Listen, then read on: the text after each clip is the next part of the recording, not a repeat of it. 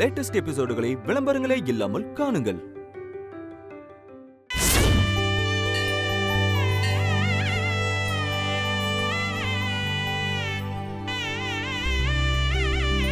ஒவ்வொரு தடவும் நீங்க கீழே உள்ள சொல்லவும் ஆண்டவன் உங்களுக்கு கரெக்டா அப்படி தூக்கி நிறுத்திடுறான்.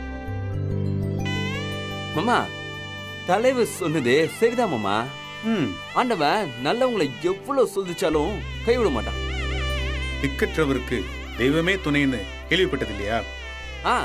கேட்டுக்கிறேன். எப்ப? இப்ப நீங்க சொன்னீங்களே.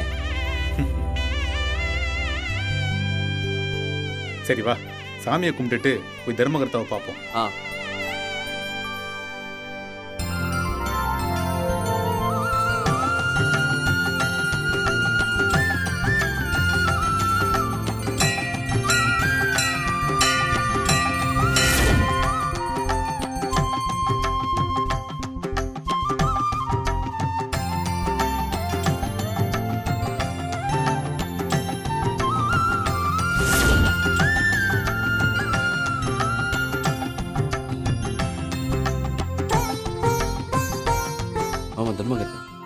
வணக்கம். வாங்க மார்க்கண்டேயன், வாங்க வாங்க.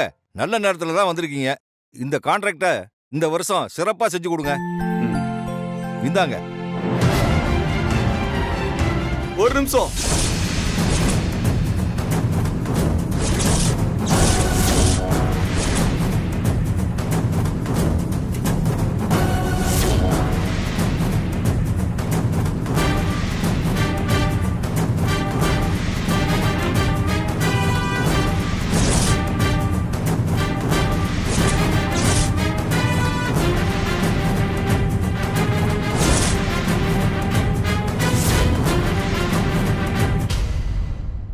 சீதா,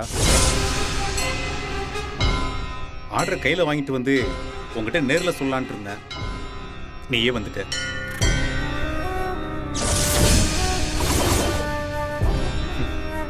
இத்தனை நாளா நாம பட்ட கஷ்டத்துக்கெல்லாம் அந்த ஆண்டவன் கண்ணை திறந்துட்டான். இன்னைக்கு அவன் சந்நிதியிலேயே நமக்கு ஒரு பெரிய வாய்ப்பை தந்திருக்கான்.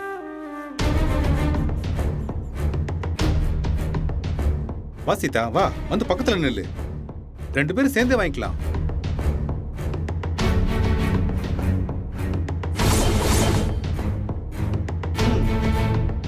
வாங்கம்மா, வந்து 2 பேரும் சேர்ந்து வாங்கிக்கங்க. ஐயா, ஆர்டரை தர்றதுக்கு முன்னாடி ஒரு சின்ன விஷயம். நீங்க யாரு? இவன் என் மூத்த புள்ள, அது என் மூத்த பொண்ணு. வணக்கம். இவங்க 2 பேரும் என்னோட மருமக பொண்ணுங்க. வணக்கம்ங்க. சொல்லுங்க தம்பி. இந்த ஆர்டரை எங்க அம்மா பேருக்கு தான் தரணும்.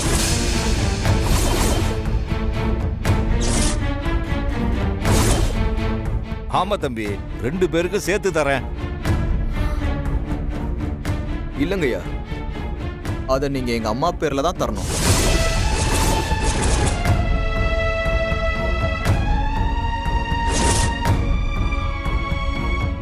புரியலையே. அது எங்க அம்மாவும் அப்பாவும் பிரிஞ்சிட்டாங்க. அதனால நியாயமா இந்த ஆர்டர் எங்க அம்மாவுக்கு தான் போய் சேரணும்.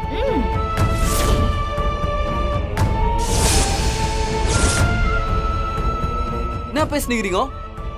அத்தையும் மாமா எப்ப பிரிஞ்சாங்க? பாருங்க, தேவையில்லாம பிரச்சனை பண்ணுங்க.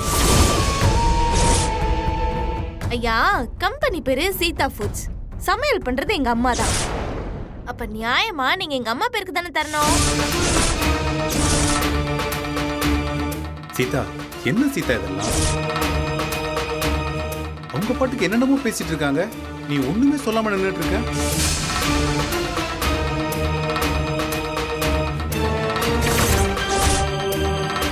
நல்ல நேரம் முடியறதுக்குள்ள மார்க்கண்டேயன் பேசி ஒரு முடிவுக்கு வாங்க.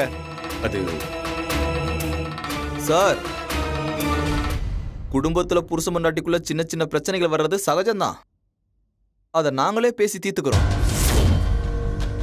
கோவில் பிரசாத விஷயத்துல பாத்தீங்கன்னா காய்கறி மளிகை வாங்கி கொடுத்து மேல் வேலை பார்க்கறது மட்டும்தான் சார் எங்க அப்பா. அத பக்குவமா கச்சிதமா சமைச்சு படையல் வைக்கிறதெல்லாம் எங்க அம்மாவோட கைப்பக்குவம் தான்.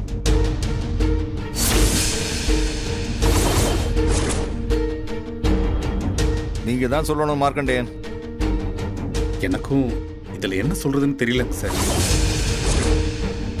உங்களுக்குள்ள இருக்கிற பிரச்சனைய பேசி ஒரு முடிவுக்கு வாங்க. அது வரைக்கும் இந்த ஆர்டரை நான் ஹோல்ட் பண்ணி வைக்கிறேன். ஐயோ, ஆனா உங்க 2 பேருக்கும் சேர்த்து தான் இதை தர்றதா நாங்க முடிவு பண்ணிருக்கோம்.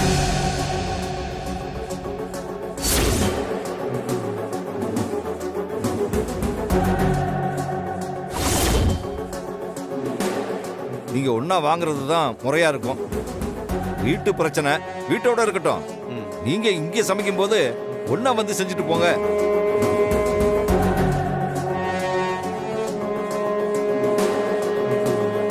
சீதா, வா சீதா, வந்து முதல்ல இந்த ஆர்டரை வாங்கிப்போம். மற்றதெல்லாம் அப்புறம் பேசிக்கலாம்.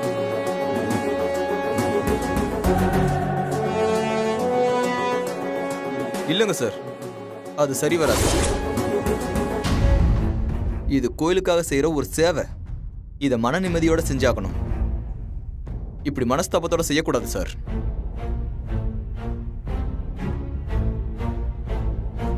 ஒண்ணு எங்க அம்மாட்ட கொடுங்க, இல்ல உங்களுக்கு யார் இஷ்டமோ அவங்க கிட்டே கொடுத்துட்டு போயிடுங்க.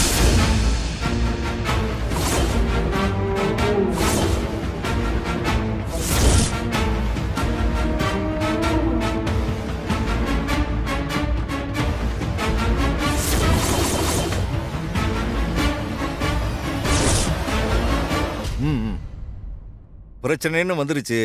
இதை நாம வேற மாதிரி பண்ணிக்கலாம்.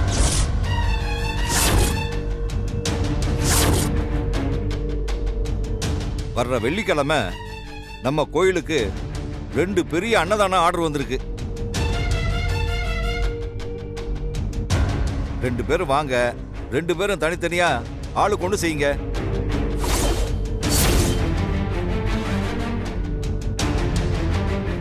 யாரோட பிரசாதத்தை கடவுளோ இல்ல சாப்பிட்றவங்களோ ரொம்ப நல்லா இருக்குதுன்னு ஏத்துக்கிறாங்களோ அவங்க பேர்ல இந்த ஆர்டரை கொடுத்துடலாம். சரிதானே?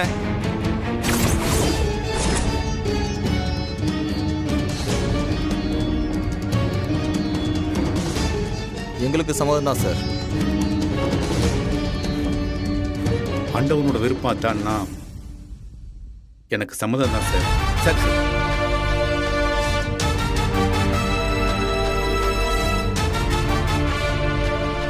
வாடா.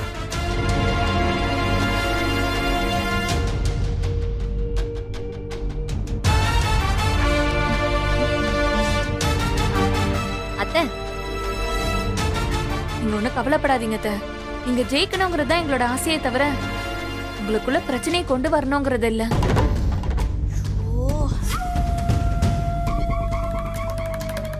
என்ன ரேவதி, அம்மாவுக்கு ஆர்டரை புடிங்கி கொடுக்கலான்னு பார்த்தா அந்த ஆளு போட்டுக்கிட்டின்னு சொல்லிட்டு போயிட்டான். விட்றா, அப்பா தனியாளு.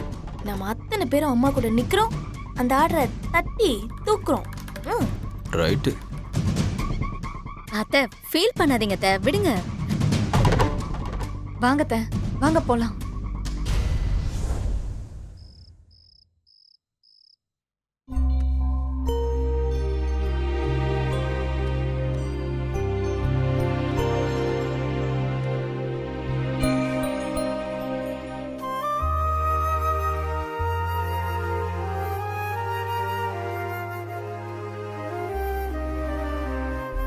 என்ன சீதா, ஒவ்வொரு வேளையா உங்ககிட்ட தள்ள ஆரம்பிச்சிட்டாங்க போல. சும்மா இருக்க முடியலன்னு நானே தான் இதெல்லாம் பண்ணிக்கிட்டு இருக்கேன். வர வர எல்லாத்துக்கும் ஒரு பதில தயாரா வச்சிருக்க. 33 வருஷம் உங்க கூட குடும்பம் நடத்திருக்கேன். இது கூட இல்லைன்னா எப்படி? அப்புறம் நாளைக்கு போட்டிக்கு தயாராயிட்ட போல இருக்கு. முகத்துல லேசா டென்ஷன் தெரியற மாதிரி இருக்கு. இங்க என்ன கத்தி எடுத்துக்கிட்டு போருக்கா போறோம்?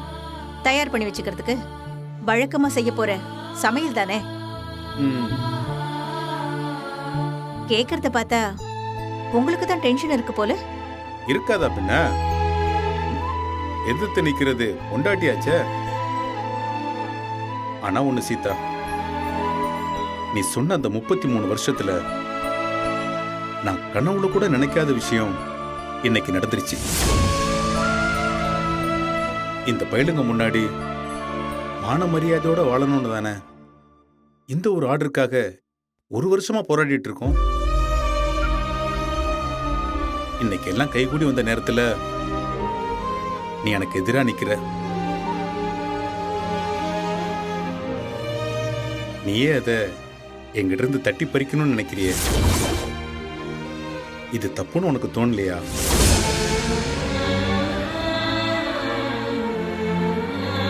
நீ என்ன தோக்கடிக்கணும்னு நினைக்கிற. ஆனா தோக்க போறது நம்ம 2 பேரும் தானே. உனக்கு புரியலையா? எத்தனையோ பேரு எனக்கு எதிராக நின்னப்பெல்லாம் என்னால அத்தனை பேரையும் சமாளிக்க முடிஞ்சது. ஆனா இந்த உலகத்திலேயே நான் ரொம்பவும் நேசிக்கிற ஒரு ஆள் எனக்கு எதிராக நிற்கும் போது எனக்கு என்ன பண்றதுன்னே தெரியல சீதா.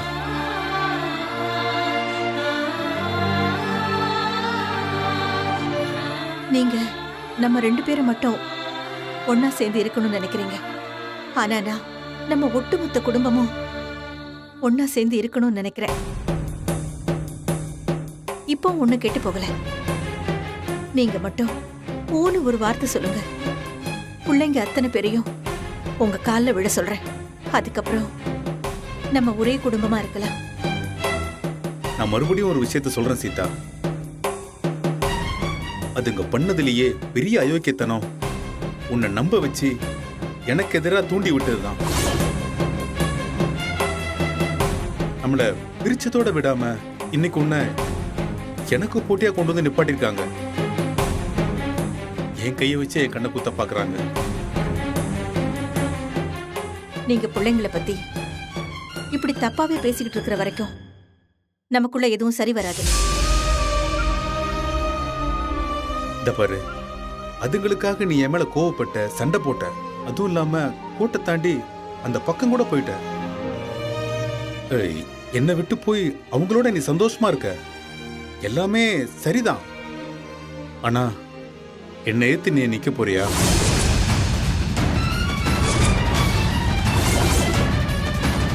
என் கூட போட்டி போட்டு என்ன தோக்கடிக்கிறதுக்காக நீ சமைக்க போறியா? நான் தோத்து போறதுனால உன் பிள்ளைங்களுக்கு என்ன லாபம்? அம்மாவுக்கு பின்னால ஒளிஞ்சுக்கிட்டு அவங்க மூலமா அப்பாவை காலி பண்ணணும்னு நினைக்கிறாங்க.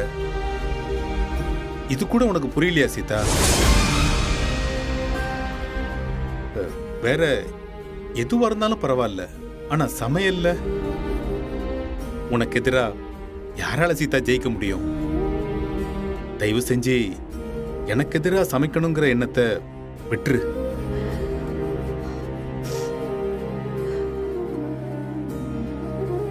நான் சமைக்கிறேன்.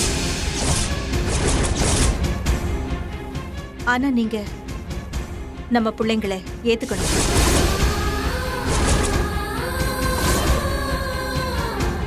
அதுக்கு எதுக்கு உங்களுக்கு இவ்வளவு பிடிவாதம்? என்ன பண்றது சீதா? இந்த 1.5 வருஷத்துல அவங்க அடிச்ச அடியையும் பண்ண காரியத்தையும் மறக்கவோ மன்னிக்கவோ முடியல. அப்ப எனக்கும் வேற வழி இல்லைங்க. நாளைக்கு நடக்க போற போட்டியில நானும் கலந்துக்கிட்டு தான் ஆகணும்.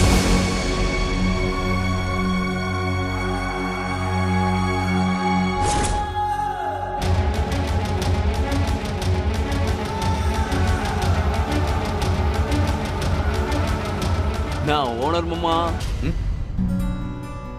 அத்தை போறத பார்க்க சொல்ல நல்லா பேசி கரெக்ட் பண்ணிக்க போல இத. நாளைக்கு அத்தை வர மாட்டாங்க, எல்லாம் ஓகே ஆயிடுச்சு அதானே? ஏய், அதெல்லாம் ஒரு மண்ணாங்கட்டியும் இல்ல. என்ன மாமா? நாளைக்கு எனக்கு எதிரா போட்டியில சமைக்க போறேன்னு அழுத்தி தெல்ல தெளிவா சொல்லிட்டு போறா. ஐயோ மாமா, அத்தைய ஈத்தாப்புல வச்சுக்கின்னு நாம எப்படி ஜெயிக்கிறது? ஐயா, இது ஆவறது இல்ல மாமா, வேலைக்கு ஆகாது. சூரா அத்தை ஜெயிச்சிருவாங்க மாமா. என் கதை அவ்வளவுதான் முடிஞ்சிருச்சுன்னு நான் நினைச்ச பல சம்பவங்கள்ல இருந்து கடைசி நொடியில அடிச்சு புடிச்சு வந்திருக்கேன் பாண்டி. அதுக்கெல்லாம் காரணம் என்னோட அறிவோ அதிர்ஷ்டமோ மட்டும் இல்ல, நமக்கு மேல இருக்கிறவன் ஓ நம்மளை பத்திரமா தூக்கிட்டு போயிட்டு இருக்கிறான். பாப்போம் இந்த வாட்டி என்ன நடக்குதுன்னு.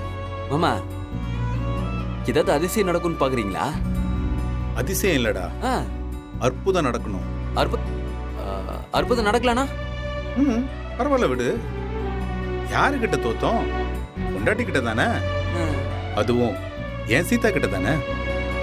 இதுல என்னடா பெரிய கௌரவ குறைச்சல் வேண்டி கிடக்கு? சந்தோஷம்தான். என்ன லவ் பண்றீங்களா? என்ன லவ் பண்றீங்களான்ற? என்ன மாமா, நாளைக்கு போட்ல நம்ம தோத்தனா பேங்க்கார சட்டையா புச்சி ஒரே வார்த்தையில 10 லட்சம் ரூபா எங்கன்னு கேட்பான். என்ன பண்ணுவீங்க? அதோட நம்ம கதை ஃபினிஷ். எப்படியாச்சும் ஜெயிக்கிற வழியை பார்ப்பீங்கன்னா லவ் பண்ணுகிறீங்க. வாங்க.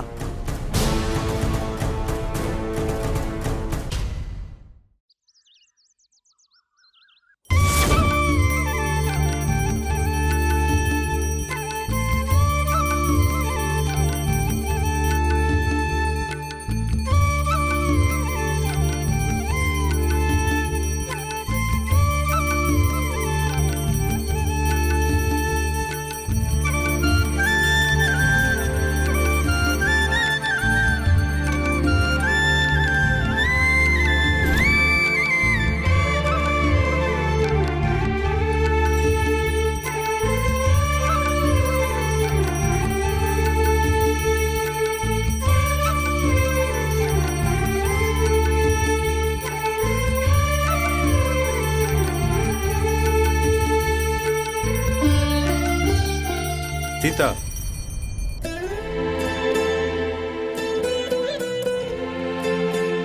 சீதா ஒரு நிமிஷம் இங்க வாயேன்.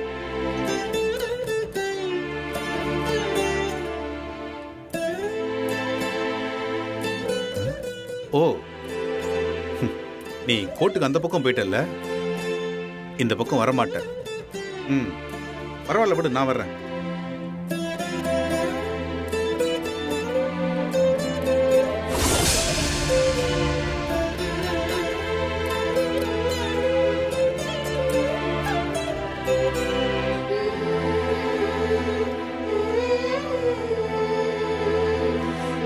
எந்த ஒரு காரியத்தை பண்றதா இருந்தாலும் உன்னோட முகத்தை பார்த்துட்டு போய் தான் பண்ணுவேன்.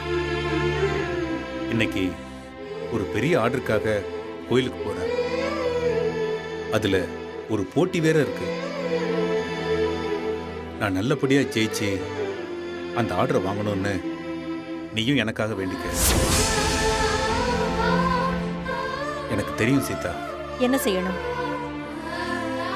என்னதான் வெளியே பார்க்கறதுக்கு நீ என் கூட சண்டை போட்டுக்கிட்டு இருந்தாலும் உன் மனசுக்குள்ள அந்த ஆர்டர் எனக்கு தான் கிடைக்கணும்னு நீ வேண்டிட்டு இருக்கிறது எனக்கு தெரியும்.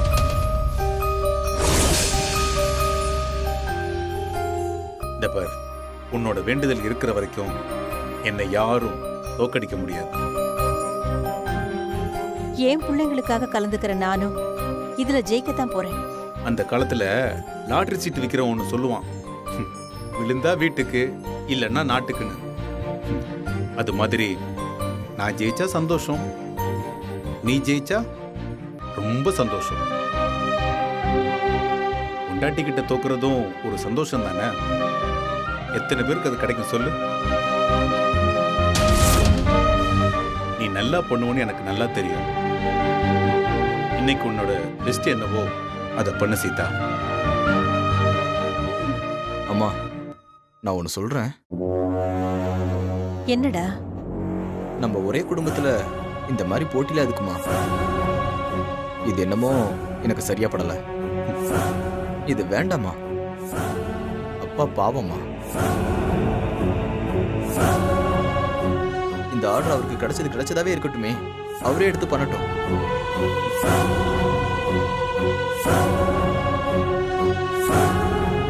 ஆமாமா, உங்களுக்குள்ள என்னதான் சண்டை இருந்தாலும் இந்த பிசினஸை நீங்க 2 பேரும் சேர்ந்து தானே ஆரம்பிச்சீங்க. இப்போ நீங்களே இதுக்கு போட்டி போட்டா நல்லாவா இருக்கும்? அப்பாவே அதை மொத்தமாவே எடுத்து பண்ணிக்கிட்டுமே. கேட்டியா சீதா? இந்த போட்டியில விட்டு கொடுக்க சொல்லி உன் பிள்ளைங்களே சொல்லிட்டாங்க. நீ தான் புருஷன் பேச்சை விட பிள்ளைங்க பேச்ச நம்பி கேட்கிறவளாச்சே, விட்டு கொடுத்துட்டு போயேன்.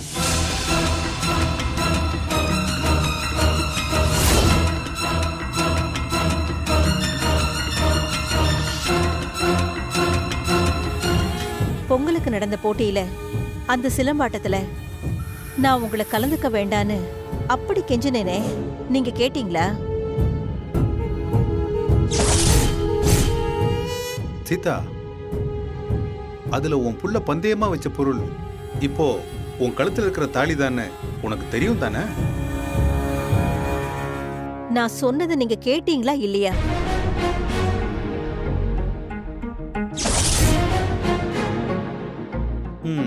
இப்போ நான் எது சொன்னாலும் நீ புரிஞ்சுக்கிற நிலைமையில இல்ல.